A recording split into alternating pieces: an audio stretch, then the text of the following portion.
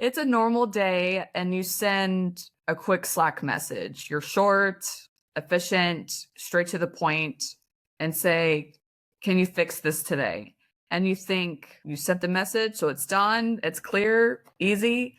But a few minutes later, you get a reply that feels off, maybe a little bit of, short, defensive, maybe even a little stressed.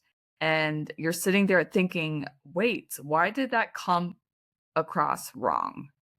Or maybe it's something along the lines of someone reads your email and completely misses what you meant, or they overdo it, or they underdo it, or they panic or freak out and think something's urgent when it's not.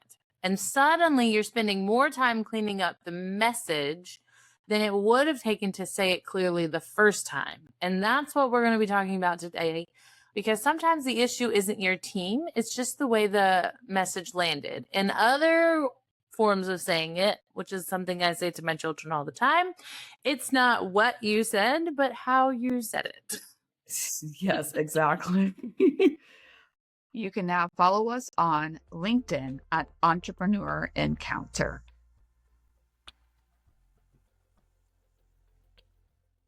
Yeah, we treat writing like a small thing, just send the email, send a Slack message, add it to the project management tool.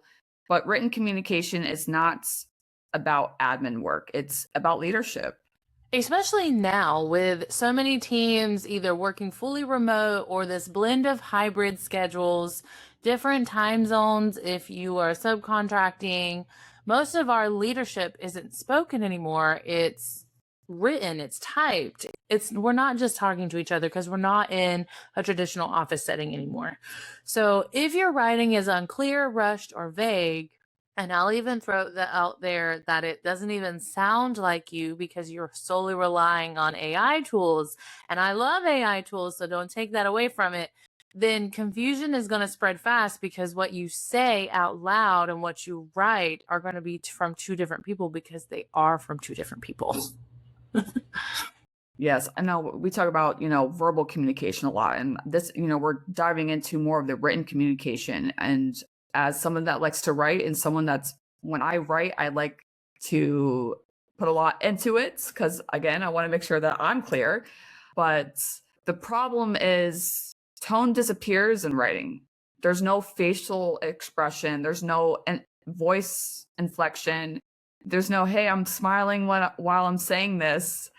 Because, when you get a text from a friend or, you're laughing, but they can't see that. Or if you're sending a message without emojis, without a smiley face, some people might read too much into that. Some people will fill in the blanks. And I'm guilty of that. I've read into text messages or emails or Slack messages and I'm wondering what is going on. And I'm feeling off because I think that this person is maybe criticizing or, not providing the feedback that I want to hear. So we're just really bad at filling in the blanks. We assume, we stress, or, we usually assume this, stress or criticism or urgency. Exactly. And as someone who does heavily rely on emojis to help communicate the emotion behind what I'm sending, a short message to you might mean efficient, but to someone else who maybe is reading it in a rush or doesn't know you well enough to know that maybe you are a sarcastic person, or maybe this is just how you talk and they're just new to the team setting, it might mean, ooh, I'm in trouble, or what did I do wrong, or something. So a simple, we need to talk, can ruin someone's whole afternoon. And honestly, if someone sent that to me, I'd probably be like, oh my gosh, I'm going to the principal's office is what it would feel like. Yeah. And it doesn't matter who sends that. Be like, what's wrong? Like either my wife senses, my mom's spidey senses, my CEO spidey senses would be tingling because I would want to know what it is. So, and it's not meant to always be that way. And this is me calling myself out on it, but because there's context missing, it happens. Yeah, this is something that leaders don't think about enough. Not everything should be written. If it's emotional, if it's sensitive, complex, writing can actually make it worse. When we're talking about feedback, Sometimes, yes, you could provide feedback, but I personally would rather you talk to me verbally and give me feedback because, again, like reading between the lines, and I might like, oh no, I'm in trouble. If there's a conflict, when there's conflict going on, I more so than the feedback, I would rather you talk to me about that. I don't think, I mean, if it's a small issue, then it could be okay. I mean, it depends on what it is. But if something's going on, for example, so last week there was an issue where I was at work and I had a conversation with my office manager about what was going on, and verbally talking about it helped us get out like what was going on, how can we resolve this. Now, again, if you are working remotely, that can be a little challenging. So yes, I think when it comes to conflict or big changes, you should get on a call with somebody, get on a Zoom meeting and have those conversations. Absolutely. I think to put a spin on it or perspective, writing is great for clarity and documentation, not necessarily nuance. So if you need to have a conversation or to communicate tone, empathy, or some sort of back and forth where like waiting a few minutes, like if it's more urgent, but not in a emergency sense, like it's not good for email, if that makes sense, hop on a call. So like if we need to have a conversation and I don't want to wait 10, 15, 20 minutes, an hour, or 24 hours for you to respond, we need to schedule a call so we can like hash it out really quickly and then move on. 5 minutes of talking can save 10 Slack threads. It can save several hours just by saying, hey, let's hop on a call for 5 minutes. Or even sending a voice note, because sometimes we do that. Like if it's not something that needs to be written, but we don't have time for an actual phone call, I will send and communicate via a voice memo so that the tone is implied or understood better with what I need to tell you. Yeah, exactly. I want to give an example. So when I'm managing the teams that I manage and I'm delegating out a task in our project management tool. So yes, I assign the task to a specific team member, but in the comment section, so Asana, they have like you delegate something to somebody and then underneath that you can write a comment. And I would write task A is ready for you to start working on now. Here are the resources that you need to complete this task. So if there is a podcast episode that needs to be edited, say episode 20, here's the link and here's everything that you need to complete this task. That is me communicating to my team member that this task it needs to be worked on. I would rather that, because you're giving clarity of what the task is. I mean, yes, you can still assign a task to somebody, but giving them a little bit more direction of like, hey, you can find it here on this link. You can find the standard operating procedure if you need to give that to them here. So it just helps them understand what the task is. I think that helps clear up expectations on what done looks like, and that's not just like the overall project, but each step or phase of a project. But that also helps you not just under communicate, but over communicate either. Because, some people can be long winded and they'll spend 3 paragraphs or 5 side notes, multiple disclaimers, and the message gets buried in what you're trying to say. So clarity lives somewhere in the middle of that. As someone who's like an avid reader, I know there's a few books that have spent like pages describing like one room, and I'm like, this could have been 1 page and we could have moved on with the plot.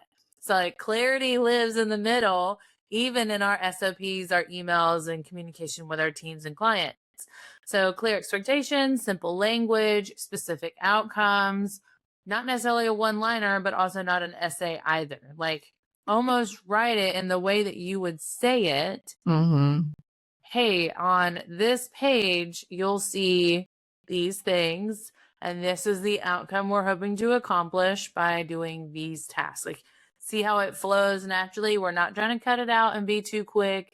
We're not trying to over explain it. It's just the meat and the potatoes portion of the project. Yeah, exactly.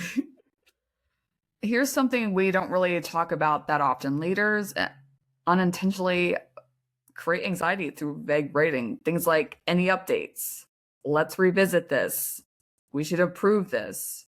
But now the person on the other side is any updates. Okay, well, you gave me a deadline, you gave me a due date. So what, if I need my, coming from a team member, coming from the person that's doing the task, if you say any updates, it's like, well, you assign a task, you gave me a due date. That's very vague. You're now that person's like, oh my goodness, am I late? Am I, doing something wrong?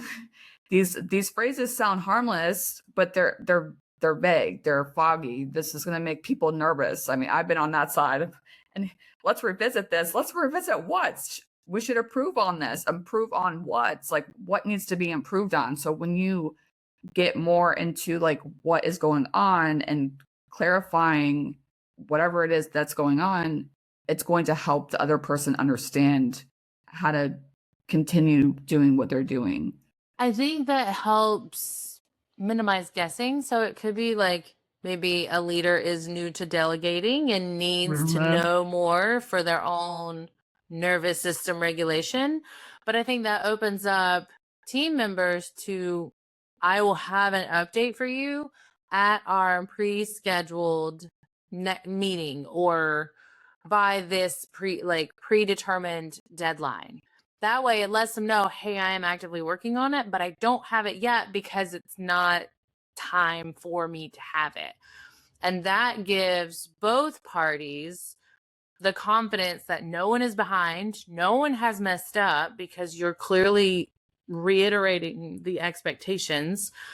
It removes the feeling that it's urgent, because being vague costs that emotional energy, and your team, your client spends the energy worrying. So we can remove all of that by, if someone asks for an update or something ahead of schedule, maybe it's because they had unexpected, like another project ended up early. So they're just moving on to the next one just to kind of get a feel.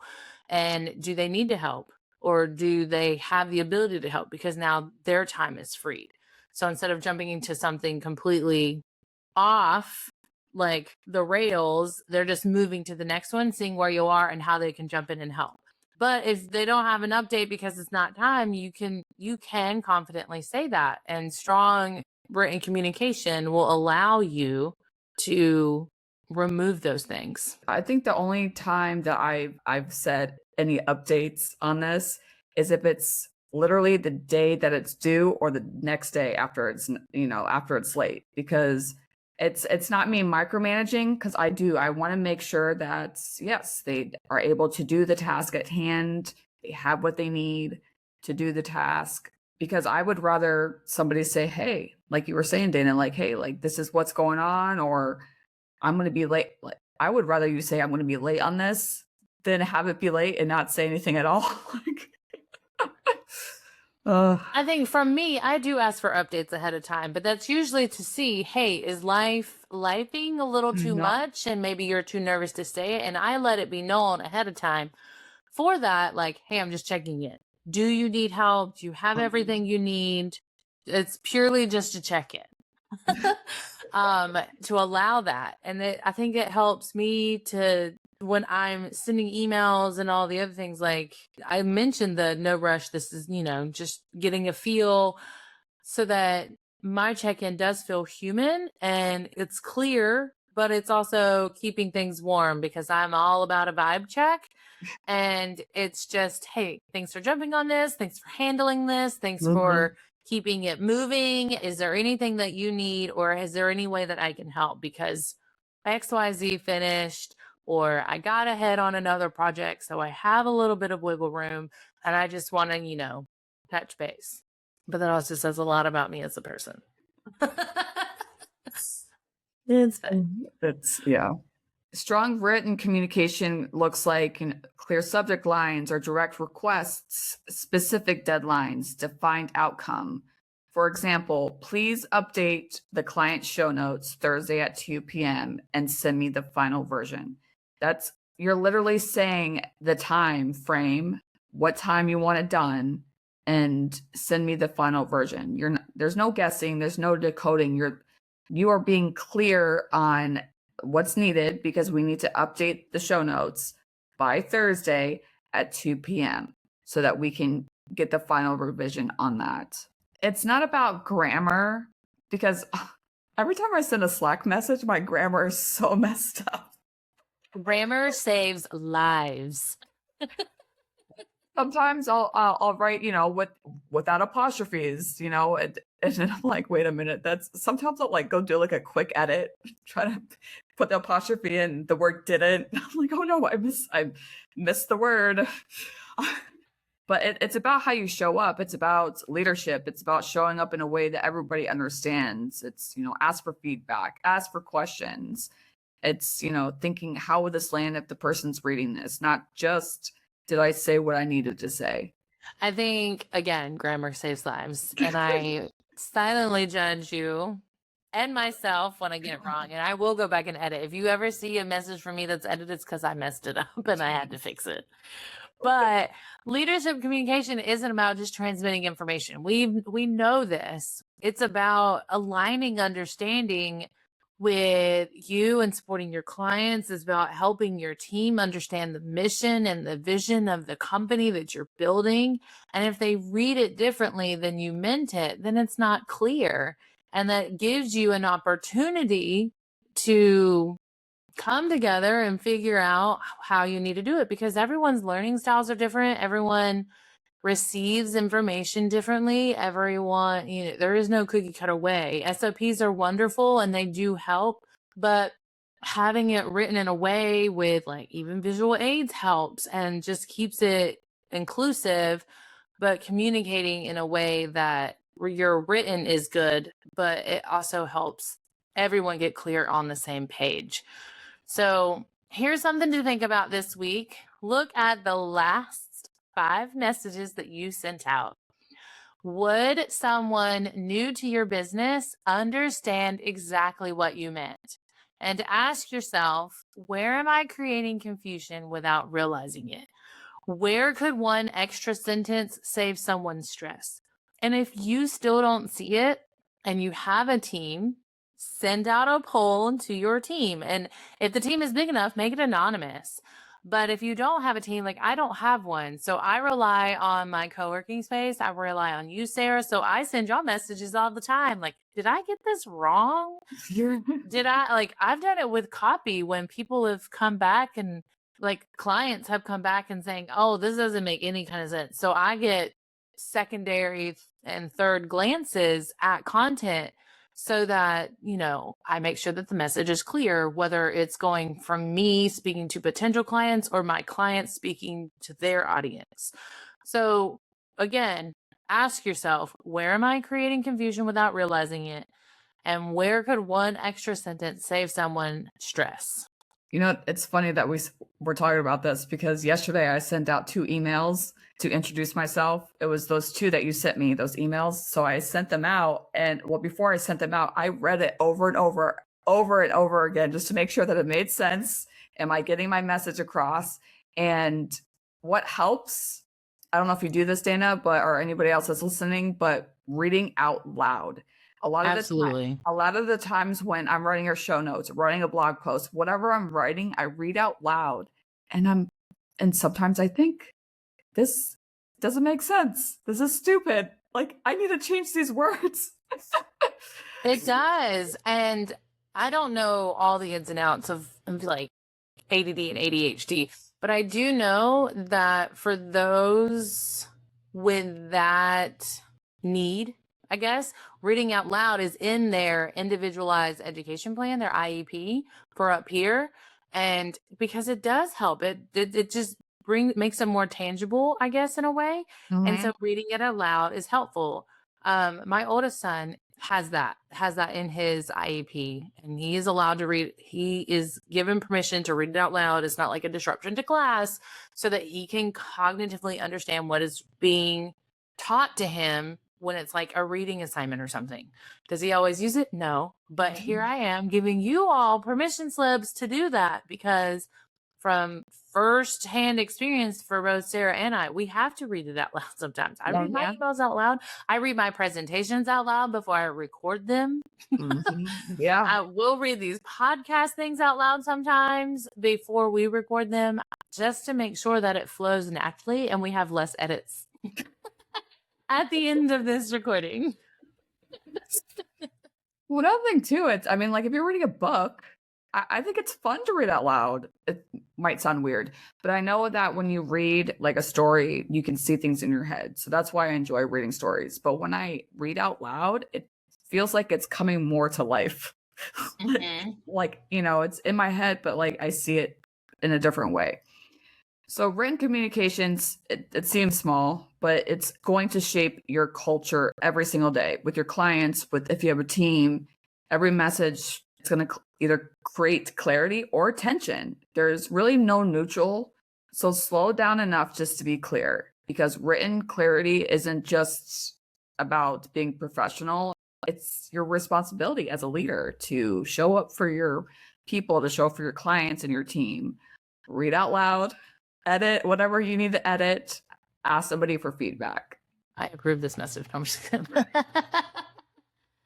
Okay, thank you for spending this time with us today. And I really hope you take time to do this reflective process and really seeing how your communication levels up with your team, your clients, and anyone else in your life. So whether you're growing your visibility through Pinterest marketing or streamlining your podcast operations and team management, we help you build systems that work for you and not against you. All of the information is going to be in the show notes, and we can't wait to chat with you next time. You can now follow us on LinkedIn at Entrepreneur Encounter. Thanks for spending time with us today. If something in this episode gave you a fresh perspective, share it with a friend or send us a DM. We love hearing how these conversations land with you.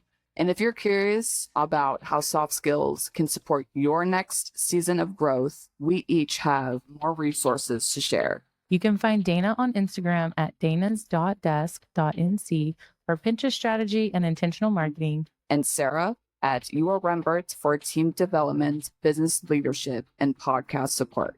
Until next time, keep leading with purpose and growing with intention.